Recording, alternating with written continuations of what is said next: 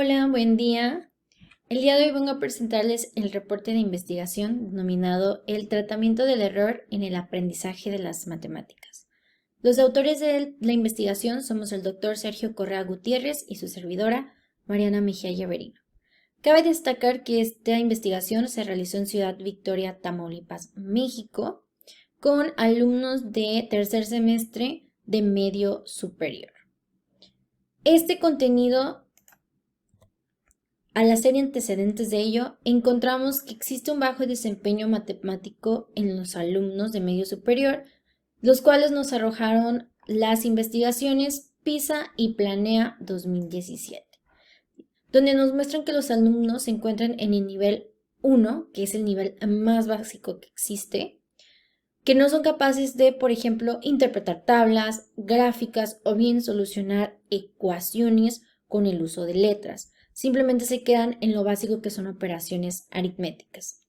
Otra de las cosas al estar indagando fue la deficiencia en habilidades matemáticas, ¿sí? Que los alumnos no tienen todas las herramientas para solucionar problemas de matemáticas, ¿sí? Que influyen en el proceso de enseñanza-aprendizaje.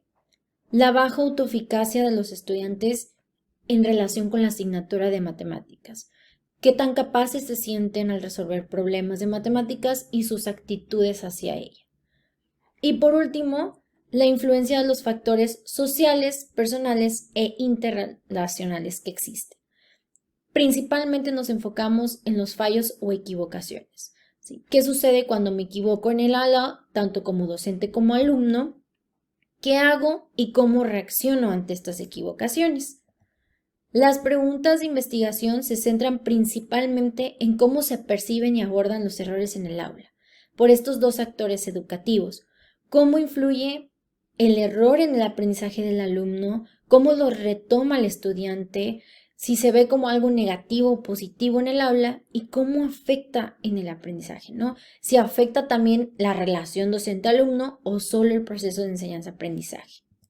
Los objetivos principales de la investigación es analizar la presencia del error en el aula, ¿sí? Cómo se presenta, cómo se interpreta tanto por el alumno como el docente, cómo se sienten ante los errores y cómo se abordan, es decir, después de que lo cometí, cómo reacciono y qué hago para mejorar o dejar el error ahí, tanto por parte del docente como el alumno, ¿sí? Entonces, es investigar qué sucede con el error en el aula, cómo impacta y por último proponer alternativas o recomendaciones para mejorar o bien usar el error como una oportunidad o herramienta de aprendizaje.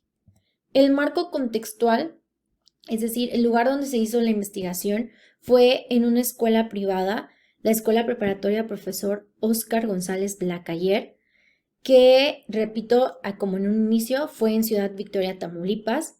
En su momento la investigación fueron 53 estudiantes en nivel preparatoria, de los cuales esos 53 se consideraron 21 que fueron los que estaban cursando tercer semestre geometría analítica. La investigación se centra en contenidos de álgebra. Es por ello que se consideró este nivel educativo tercer semestre, que es un grupo que ya atravesó por la asignatura de álgebra y la está llevando de forma implícita referente a la asignatura, y la escuela se basa en los planes y programas establecidos por la SEP de Bachillerato General. El marco teórico, o bien las perspectivas que se quisieron abordar, fueron muchísimas. Tratamos de abordar desde todos los puntos de vista los errores, fallos o equivocaciones, que se puede considerar cualquiera de esos tres nombres. Una primera perspectiva fue la relación docente-alumno, ¿sí?, de la cual García y Reyes nos establecen que es importante tener un ambiente agradable dentro del aula para lograr un aprendizaje positivo y bien efectivo, ¿no? Que este proceso de enseñanza-aprendizaje sea efectivo. Si no existe una buena relación, es muy difícil concretar el aprendizaje. Otra perspectiva importante fue la aceptación del error, ¿sí? Aceptar que es algo que se comete todos los días y es algo natural dentro del proceso de enseñanza-aprendizaje. Si logramos enseñarle eso a los alumnos, será más fácil que cometan estos errores y no tengan ya una sensación negativa hacia ellas. Otra perspectiva es la práctica docente, ¿no? ¿Cómo influye cómo enseña el maestro, que es algo muy importante que nos mencionan estos autores, que es que existe una buena práctica docente en el aula, puede impactar y relacionarse con la relación docente-alumno y por ende un aprendizaje aún mejor. La autoeficacia que nos mencionan Chini y Rivas es esencial. Si el alumno no se siente capaz para esta asignatura, va a ser muy difícil que pueda solucionar los problemas y se permita aprender. Los obstáculos epistemológicos, viéndolo desde la teoría socioepistemológica, estos obstáculos van de la mano con los errores, porque al cometer un error significa que ya había un obstáculo que no está permitiendo poder concretar o relacionar un conocimiento ya adquirido con uno nuevo. No están permitiendo esa conexión por estos errores cometidos. Y por último, el tipo de errores que se presentan, que nos menciona Muñoz, que son el uso de las letras como etiquetas, la ley de los signos, la igualación, los exponentes, que son errores cometidos muy frecuentes por los alumnos por no haber concretado el conocimiento, o bien pudo haber sido por la práctica docente, ¿sí? De hecho, estos errores pudieron haber surgido por muchas razones que son las mencionadas aquí en este mapa. La metodología de la investigación es descriptiva y correlacional, es mixta y los instrumentos que se utilizaron fueron observaciones de clase de matemáticas, que les menciono yo en este caso, enfocándonos en temas de álgebra, entrevistas al docente-alumno y por último la aplicación de un pequeño test con ejercicios para identificar los errores más cometidos. En relación a las entrevistas que se enfocan en las percepciones, se dividió en docentes y alumnos.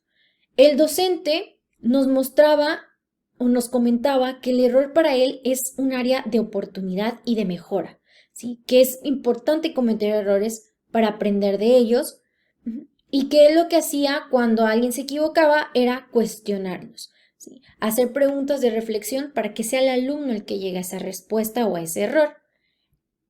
Por otro lado, los estudiantes nos decían que ellos no se sienten capaces para relacionar problemas de matemáticas, ¿sí? Consideran que para hacer eso necesitan ser inteligentes y que para que iban a intentarlo sí iban a estar mal. Las actitudes mostradas fueron negativas hacia matemáticas.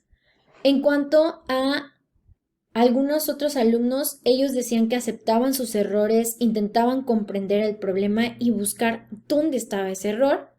Otros, sin embargo, lo único que hacían era, si ya me equivoqué, ni modo, no hay nada que hacer, como que se rendían, ¿no? Entonces eran como dos cosas que hacían, o aprender o simplemente corregir por corregir, para poder revisar. En cuanto a las observaciones de clase, tenemos aquí varias categorías.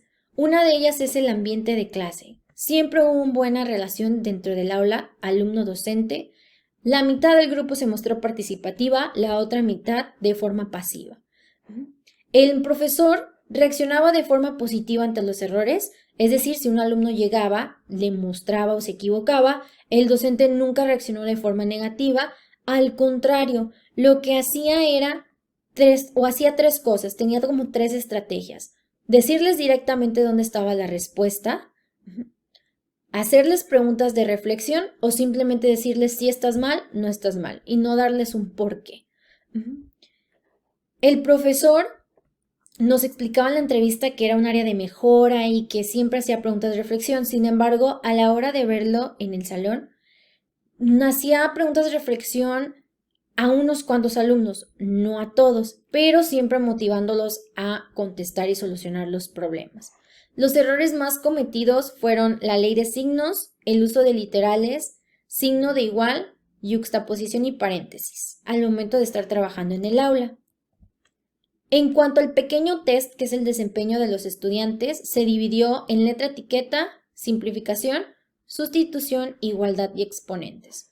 En cuanto a letra como etiqueta, los alumnos se vio en estos problemas, como se puede ver aquí en la imagen, los alumnos usaban ambas cosas, ya sea la palabra completa como la etiqueta o bien símbolos, bueno, la letra como tal, por ejemplo, R de rojo, N de negro, ¿sí? Y algunas cosas que se equivocaban era el momento de las operaciones de sumar o restar. En simplificación, los alumnos no lograban identificar un término común, se les complicaba saber quién eran términos comunes. Si se encontraba en distintas posiciones, se les hacía también muy complicado tener que estar buscándolas, ¿sí? Y lo que hacían era simplificar la misma letra. Es decir, si ellos veían que en el problema estaba la misma letra, simplificaban esos términos. No consideraban al exponente, que es parte del término semejante. Y una de las cosas que sucedió al solucionar problemas fueron los paréntesis. No sabían el significado que tenía el paréntesis, y aquí tengo un ejemplo. El alumno no tomó en cuenta que el paréntesis es esencial o es parte de, o está en este caso, una multiplicación. Lo que hizo el alumno fue separar lo que venía en paréntesis y lo que venía por fuera también. Entonces, como que no relacionaba el por qué estaban los paréntesis. En sustitución, el alumno no evaluaba las ecuaciones, es decir, no sustituía los valores de las letras, o cuando lo hacía de forma inadecuada, ¿sí? Como se muestra aquí en este ejemplo, el alumno lo hacía como exponente en lugar de una multiplicación. Igual hubo muchos problemitas a la hora de las operaciones, porque o lo hacían de forma inadecuada o los exponentes, que es el tema relacionado ya al último también, lo veían como una multiplicación entre ambos números en lugar de multiplicar por sí mismo ese numerito. El símbolo o bien la igualdad, ¿sí? No hubo mucha evidencia, ese ejercicio muchos alumnos lo omitieron, entonces no hubo mucha evidencia de este tema, pero los que sí lo lograron hacer lo hicieron de forma correcta. Y por último, los exponentes, ¿sí? Que hubo errores en este porque o elevaban la literal o elevaban el exponente, ¿sí? Por ejemplo, en este problema, el alumno sumó los números base y aparte los números exponentes, ¿sí? No lograban comprender que había que solucionarlo y después sumarlo, o incluso en las literales que teníamos como exponente, no lograban comprender qué estaba sucediendo con los exponentes y lo que hacían era multiplicar, en este caso, 3 por 2 es 6 y 4 por 5, 20. Cuando conocemos que eso es erróneo. Las conclusiones del trabajo fueron que el docente es consciente de que el error es un área de oportunidad, sin embargo, no lo está tomando en cuenta en el aula, ¿sí? Los estudiantes reconocen la importancia de equivocarse y los está haciendo sentir inseguros, porque si me equivoco ya no quiero seguir participando. Ya no quiero seguir participando. ¿Para qué lo hago si me va a salir mal? Otra de las cosas fue que el docente utiliza la principal estrategia que nos llamó la atención fue preguntas de reflexión para que el alumno se dé cuenta de su error. Que posiblemente nos funcione porque permite que el alumno sea el que tenga que volver a solucionar el problema. Otro tema o otra cuestión fue que el error sí influye en la autoeficacia del alumno. Si el alumno se equivoca, ya no quiere seguir participando, ya no se considera bueno en matemáticas y dijo un alumno, ya no es inteligente en matemáticas. Entonces sí impacta el error en la autoeficacia del estudiante y los fallos se convierten en errores. Si me equivoco, se está convirtiendo en un obstáculo que no me está permitiendo explorar, argumentar o determinar la respuesta que yo quiero. Y por último, el uso de las 3 estrategias nos permitió tener un amplio panorama de qué estaba sucediendo con el error, tratar de abordar qué está pasando en el aula, cómo se sienten que fueron las entrevistas y a la hora de poner en práctica qué estaba pasando. Este tema en realidad se centró principalmente en esos 3 aspectos, ¿sí? Cómo se sentían con el error, qué hacían cuando cometían un error y cómo lo utilizaban para cometer errores. Para conocer un poco más del reporte de investigación, aquí están los correos electrónicos. Para cualquier duda, pregunta, también pueden enviarme correo. Si quieren conocer un poquito más, también. Muchísimas gracias por el tiempo y por el espacio.